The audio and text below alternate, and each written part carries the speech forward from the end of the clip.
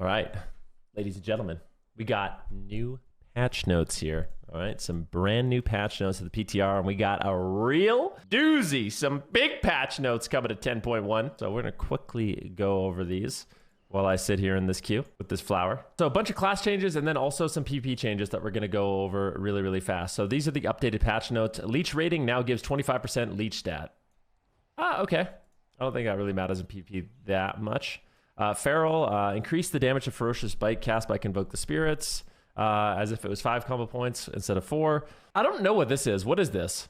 The Shadowed Crucible. I see reference to this. Is this like a new, like what is this? Is this like the tier set? Oh, this is the 4 set. Okay, so they changed the 4 set. The bonus has been adjusted when Shadows of the Predator application reset stacks. You gain 5% agility, and you generate 1 combo point every 2 seconds from 8 seconds. Fixed an issue that caused overgrowth to cast the incorrect version of Life Bloom. Beast Mastery, they fixed some issues. Fire Mage got a new set bonus, so the 2 set bonus has been adjusted. Charring Embers now increases damage on affected targets by 5%.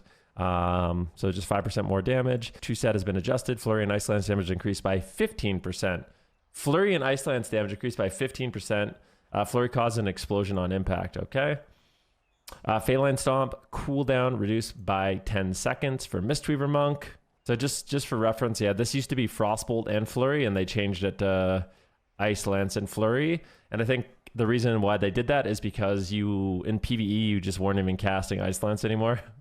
Which is pretty funny. All right, let's see here. Windwalker, Shadow Crucible 4 set is now only modifies the damage dealt by Shadow Flame Nova. So the old 4 set, I was actually kind of excited about because it increased like shadow damage, and I think it worked with Bone Dust Brew, and I thought that was intentional for maybe the tier to have us play Bone Dust Brew, but they fixed that, so doesn't do that anymore. Bone Dust Brew still sucks. Avenging Crusader now transfers 575% of damage done. So they nerfed Avenging Crusader. Avenging Crusader healing is now increased by Mastery. Maybe they buffed it if you have Mastery. Discipline. Fixed an issue causing Divine Aegis to double dip into Absorption. Increased or reduction mechanics. Divine Aegis once again creates an absorb shield, 5-10% of the amount healed. Bloodlust Heroism now costs 2% of base mana, was 21%. Spear Walker Grace now has a grace period, allowing you to continue casting for removing a short period of time if the ability expires while casting. Destro Warlocks got a new 2-set bonus. Channel Demon Fire Bolts, Immolate, and Incinerate have a chance to fire an additional Demon Bolt. The bolts deal 50% increased damage to their main target. Okay. Sounds kind of bad. Okay, so let's get to the good stuff, the PvP stuff. This is what we have all been waiting for. Okay, Honor and Conquest rewards through different rated content has been redistributed for better balance acquisition between them. Going into Season 2, we took a look at Honor and Conquest distribution to have a better balance between acquisition for the currencies and different rated content. In today's PTR build, you may notice that redistribution with Honor and Conquest gains being slightly less for rated Solo Shuffle and higher. So I don't know what this means. What I hope it means is that Solo Shuffle is the same as it is now, and then for the other ones, they increased it. I really hope that they didn't nerf Solo Shuffle. Shuffle gets less. Yeah, I'm really not a fan of nerfing. Okay, so they did nerf Solo Shuffle, which I'm honestly not a fan of. I feel like Solo Shuffle is the way that most people get their Conquest, and for a lot of people, it's not even that easy to get your Conquest in Solo Shuffle. If you're a DPS player, you have really, really long queues, number 1. And number 2, you have to actually win more. You have to get at least 3 wins, right? If you're not getting 3 wins, and you sat a long queue, you actually get nothing for your Conquest. So I would have been more of a fan if they just left Solo Shuffle and then made it better for the other brackets so it doesn't get worse. So I think for a lot of people are not going to be happy about this. I personally don't think this is a great change because I think it just makes it even more annoying for casual players who are sitting long queues to like get their gear and stuff. But maybe that's just me. We were confident moving forward with reducing critical strike damage in PvP, combat and embers to 150%. Some specializations rely on critical strikes more than others, so we're increasing the effectiveness of spells that have a higher than average critical strike chance on the playing field. Obliterate got 8% damage buff. So basically there's certain specs that really rely on crits, exactly like they said, and if you just nerf crit, you basically are just nerfing their overall damage by a bunch. So Frost, Obliterate got compensated. This is kind of measly, I'm not gonna lie. I would have expected more for Frost Death Knights. I-Beam damage increased. Okay, so I-Beam went up. Dying Stars has been redesigned for Balance Druid. Targets that remove your Sunfire and Moonfire are vulnerable to their effects for 12 seconds, increasing damage taken by 15%. If already vulnerable, they gain half the duration of the removed effect. Okay. Restoration, regrowth initial healing increased by 5% in PvP combat. That's to compensate the crit. Dreamcatcher increases the cast time of Sleepwalk by 0.2 seconds. So they actually buffed Evoker. You guys, Evoker might be real. So just so you guys know, Devastation Evoker, if you guys scroll up, they did a big rework of Dev Evoker, and they actually added a lot of cool talents. So Dev Evoker is now going to have spammable sleep, just like mages have spammable sheep, and warlocks have spammable fear. You're going to have spammable sleepwalk. You're also going to have that really cool divide and conquer talent, and you got a huge change the way your damage works. And every single PvE evoker that I've talked to thinks the changes are amazing. So Devastation Evoker might actually be something that's worth kind of looking into and playing, because I think it might actually be really, really fun and good next patch in 10.1. So Hunter, Beast Mastery, Beast Within no longer grants attack speed to the Hunter. Only pets are affected. Okay. And then we have tons of compensation for mages. I have to say, I think it's a little funny that, like, I know fire mages, I don't think they're the greatest right now, but there's a lot of compensation for frost and fire. And then I'm really surprised that, like, frost decays only got that. But maybe they mapped it out and it's going to be okay. Anyways, glass cannon PvP talent, max health increased to 15%. So they actually buffed glass cannon. It used to reduce health by 20%. Now it's only 15%. And that is the buff to Scorch, Fireball, and Ignite. I think this actually might be a really good talent. Fireball, 12% increased damage. Flame Strike, 12% increased damage. Fire Blast, damage increased. Fire Blast, damage increased. Phoenix Flames, damage increased. Scorch, damage increased. Okay, so they buffed a lot of the rotational abilities for fire. And just so you guys know, it's still a net nerf. Just so you guys know, with the changes, it's still a net nerf of damage, but they're compensating it a little bit for fire, and then for frost, Comet Storm's getting buffed, Flurry's getting buffed, Evan Bolt's getting buffed, Frostbolt's getting buffed, 12%, Iceland's damage increased by 34%, was 20%, Glacial Spike damage reduced by 5%, was 15%, so they made some changes to frost and crits, buffing their consistent damage. Okay, Frostbolt wasn't in here, by the way, so Frostbolt is going to be getting some nerfs if you guys are enjoying the Frostbolt build. It's actually going to be worse in 10.1, all things considered. Monk, Brewmaster, Rodeo PP talent now gains a stack every 3 seconds. Was 7 seconds. Rodeo now has a maximum stack of 4. Wasn't Frostbolt at the top of mage changes? Oh, was it? Oh, yeah, it was. Okay, yeah, you're right. It's in the mage change section. My apologies. It's right here. Frostbolt damage got compensated. Ice Nova damage got increased. Dragon's Breath damage got increased. My apologies. Now, there's no changes for Arcane, so let's keep that in mind. Arcane got no compensation on their crits. Rodeo PP talent now gains a stack every 3 seconds. Was 7 seconds. Rodeo now increases the maximum stack. Okay, it's a Brewmaster PP talent. Mistweaver Monk. Fey Accord now snares targets by 60% and reduces the cooldown of Phalanx set by 10 seconds. Okay, so they buffed Fey Accord for Mistweavers. Dome of Mist now creates a shield base of 120% of the remaining periodic effect. What was it before, 100%?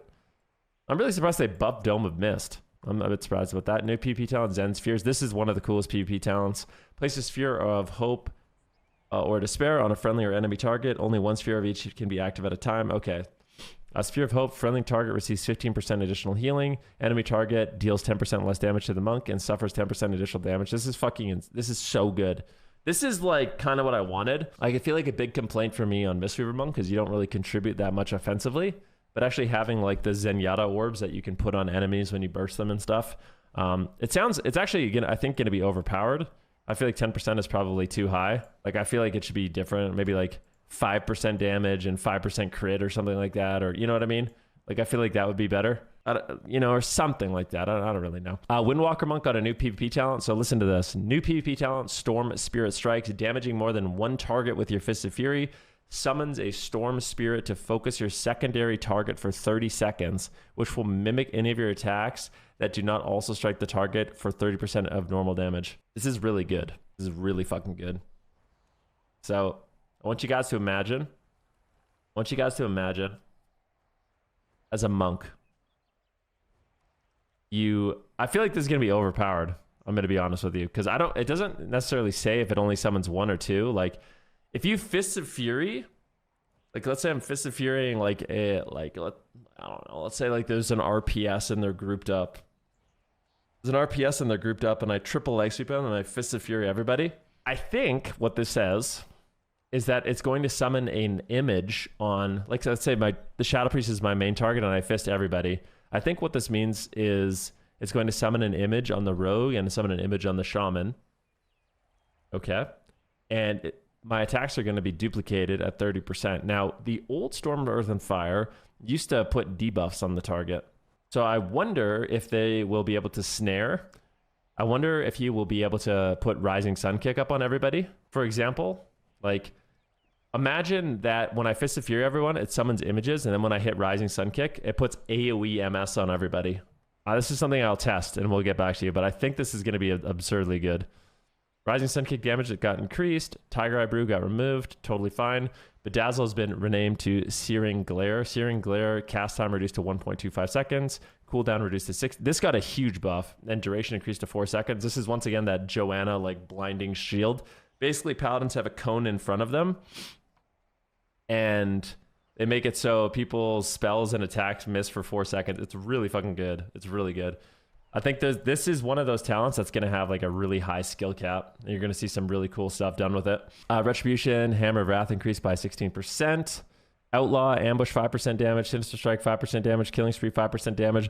Blade Rush 5% damage. Ghostly Strike 5% damage. Red Blades 5% damage. Mastery, Main Gash 5% damage. Dispatch got a little bit of a buff too. So Outlaw Rogue got some damage compensation for the crits. Subtlety Rogue, Backstab damage was increased. Gloomblade damage was increased. Shadow Strike damage was increased. Eviscerate damage was increased. And Secret Technique damage reduced. Oh, it reduced by less. Okay, so Subtlety Rogue got buffs to help compensate. Shaman as well. Lava Burst damage increased by 20% in PvP combat. Enhancement Shaman, Bloodlust, and Heroism are no longer on global cooldown and affected by Shamanism. This is a PvP change? Bloodlust and Heroism? Can Enhancement Shamans use Bloodlust? Am I trolling? Just have oh, it's a PvP talent.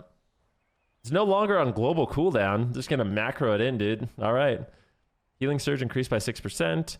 Casting Circle got deleted. Chaos Bolt got buffed. Shadow Burn got buffed. Conflagrate damage no longer reduced by 9% in PvP. Essence Drain PvP talent has been removed. Essence Drain PvP talent has been removed for Demonology. Slam damage increased by 48%. So Slam got a bit of a damage increase. So I see people freaking out right now. This is to compensate for the crit nerfs. Okay. So spells that like Lava Burst that always crit, when crit goes from 175 to 150, for a lot of classes, it's a big deal, but it's not as big of a deal. But for Shaman, it's literally just an overall damage loss. And still, it's even with this buff, it's going to be less damage than before. If you guys are on YouTube, can you like the video and leave a comment? Thank you very much. Fury, Bloodthirst damage increased by 6%. Slaughterhouse, PvP duration is now 20 seconds, was 16 seconds. So they buffed Slaughterhouse. I thought they just nerfed Slaughterhouse. They rebuffed it. Enduring Rage has been redesigned. Movement and parrying effects have a chance to grant you Enrage each second while active. While enraged, lose control effects have a chance to grant you Recklessness for 4 seconds when they fade. Oh, cool. Yeah, overall, really, really good changes. The only thing I don't like is that they nerfed Solo Shuffle rewards, I think. And then I also feel like some other specs probably need to be compensated with damage, but I think this is a great start. I'm happy with it. We'll investigate the Windwalker changes. Let me log on the PTR. Oh, the talent isn't there yet? Okay.